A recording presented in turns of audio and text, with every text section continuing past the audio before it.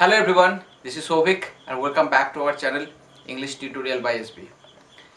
In our previous video, we have discussed how to change from active to passive voice in present tense. If you haven't checked that, please go to the link. The link is coming in the I button and you can understand how easily you can change from active to passive. কিভাবে active থেকে passive ভয়েসে খুব সহজেই করা যেতে পারে present টেন্সে। তো আজকের টপিক হলো past টেন্সের passive voice. But before I start, just look at the examples. The sentences are coming here. I did the work. The task was completed. She was cooking. Everything was finished. Now if you study these sentences, যদি এই সেন্টেন্সগুলো ভালো করে তোমরা দেখো তাহলে বুঝতে পারবে কিছু সেন্টেন্স আছে তার সাবজেক্ট নিজে কাজ করছে আর কিছু সেন্টেন্স আছে যেটাকে আমরা প্যাসিভ ভয়েসে এখানে ইউজ করছি। এখন প্রশ্ন হলো আমরা কেন প্যাসিভ ভয়েস শিখবো? আমরা তো সব কিছু অ্যাক্টিভ ভয়েস দিয়েই কাজ করতে পারি। Then what is the importance of passive voice in our communication? সেটা রিটেন কমিউনিকেশন হতে পারে বা স্পোকেন কমিউনিকেশন হতে পারে। The answer is very simple. We have to use passive voice when we want to become objective. মানে আমাদের টোনের দিক থেকে দু রকমের টোন আমরা তৈরি করতে পারি। একটা হচ্ছে সাবজেক্টিভ, যেখানে কর্তা সরাসরি কাজ করবে, আর একটা হলো অবজেক্টিভ, যেখানে আমরা কর্তাকে উজ্জ্ব রেখেও একটা সেন্টেন্স ব্যবহার করতে পারি। আমি যদি বলি আই ডিড দ্য ওয়ার্ক, এটা মানে হলো আমি কাজটা করেছিলাম। এখানে আমি হলাম responsible person of doing the work. ওই কাজটা করার জন্য আমি হচ্ছে রেসপন্সিবল পারসন, আমি হচ্ছে ডিরেক্ট সাবজেক্ট, যেটা আমি এখানে ইউজ করছি। বাট আমি যদি বলি দ্য ওয়ার্ক ওয়াজ ডান, মানে এই কাজটা করা হয়েছিল। এই যে দুটোর পার্থক্য আমরা বাংলা ভাষায় যখন ইউজ করি, কেউ কাজটা করে আর অন্যভাবে বললে কাজটা করা হয়েছিল, এই দুটোর পার্থক্যই হলো active voice and passive voice. তো আমরা প্যাসিভ ভয়েসটা শিখবো কারণ আমাদের এই অবজেক্টিভ টোনটা ভীষণ রকমভাবে দরকার। বিশেষ করে যখন কাউকে কোনো কিছু লেখার কথা আসে, মানে রিটেন কমিউনিকেশন বা স্পোকেন কমিউনিকেশনের according to the context, sometimes we have to be objective. এই সাবজেক্টিভ আর অবজেক্টিভ বোঝার জন্যই আমাদের active voice and passive voice কিন্তু ব্যবহার করতে হবে। Active and passive both types of sentences are very very integral part of your communication. It can be written and spoken. এবার আমরা দেখে নেব আজকে আমাদের পাস্ট টেন্সে কিভাবে আমরা প্যাসিভ ভয়েস করতে পারি। তো simple past tense, what is the structure of simple past tense? Subject plus V2 plus object. I did the work, he did the work, he completed the task, or someone cooked rice for me. This type of sentences are examples of simple past tense. যার বাংলা মানে হলো আমি কাজটা করেছিলাম, সে আমার জন্য রান্না করেছিল, সে পুরো টাস্কটা সম্পূর্ণ করেছিল। এই রকম ধরনের যখন আমরা সেন্টেন্স ইউজ করব, মানে সামথিং হ্যাপেন্ড ইন পাস্ট, এটা হচ্ছে সিম্পল পাস্ট টেন্সের একটা ধরন। তো তখন আমরা কিভাবে ভয়েস চেঞ্জ করব?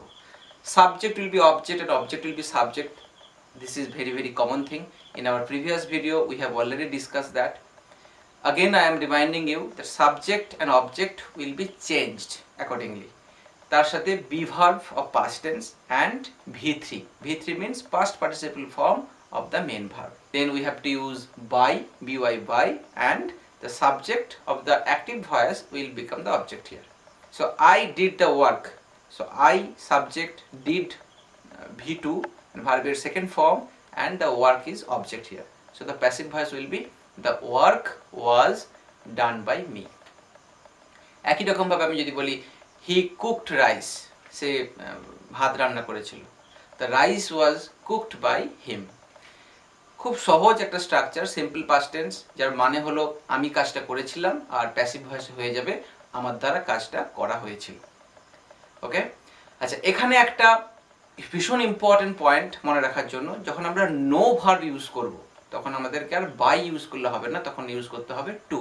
when we will use no verb then we have to use to instead of by. মানে I knew him, যদি আমি বলি যে আমি তাকে জানতাম, I knew him, তার প্যাসিভ কি হবে না, he was known to me, not by me, to me. So this is the exception you have to remember while doing passive voices. এবার আমরা জেনে নেব past continuous tense-এর passive voice আমরা কিভাবে করব। past continuous এর স্ট্রাকচারটা কি, আমরা একটু টেন্স তার সাথে সাথে মানে active voice and passive voice দুটোই আমরা আলোচনা করছি যাতে তোমাদের রিভিশন হয়ে যায়। আমাদের টেন্সের পুরো সিরিজ কমপ্লিট হয়ে গেছে। Please go to our previous videos and watch till the end to understand the basic concept of tense. The links are coming in the I button. Okay. Past continuous tense, what is the structure? Subject plus be verb of past tense was or were, then V1 ing plus object. মানে I was doing the work. আমি কাজটা করছিলাম। He was completing the task. সে কাজটা সম্পূর্ণ করছিল। তার voice change আমরা কিভাবে করব? একই রকম ভাবে subject and object will be changed accordingly, পাল্টে পাল্টে যাবে। সাবজেক্টটা অবজেক্ট হবে, অবজেক্টটা সাবজেক্ট হবে। তার সাথে আমরা বি ভার্ব অবশ্যই দেব।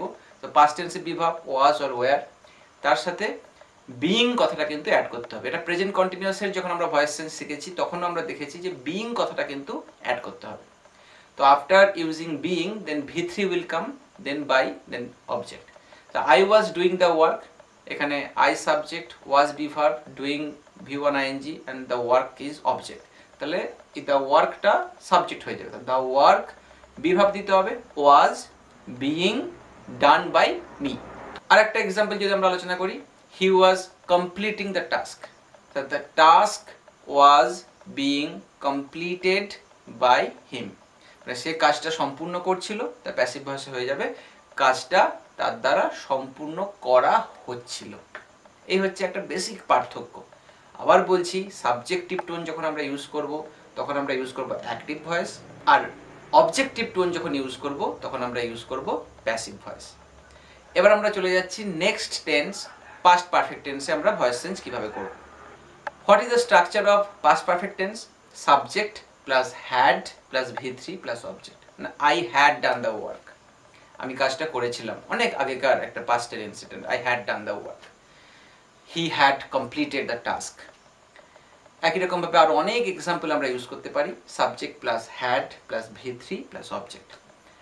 Subject object and object subject, এটা একটা কমন রুল। এখানে হ্যাডের জায়গায় হ্যাড বিন হয়ে যাবে। তাহলে subject plus had been plus V3 plus by plus object. তাহলে I had done the work, এর ভয়েস চেঞ্জ করলে কি হবে না, the work had been done by me. He had completed the task, এর ভয়েস চেঞ্জ করলে হয়ে যাবে the task had been completed by him. So all the very best, always practice hard, and if there is any problem to understand, please write to us in the comment section so that we can solve your query. And thank you very much for watching, and please share, subscribe and stay with us to learn English language confidently. Thank you very much for watching.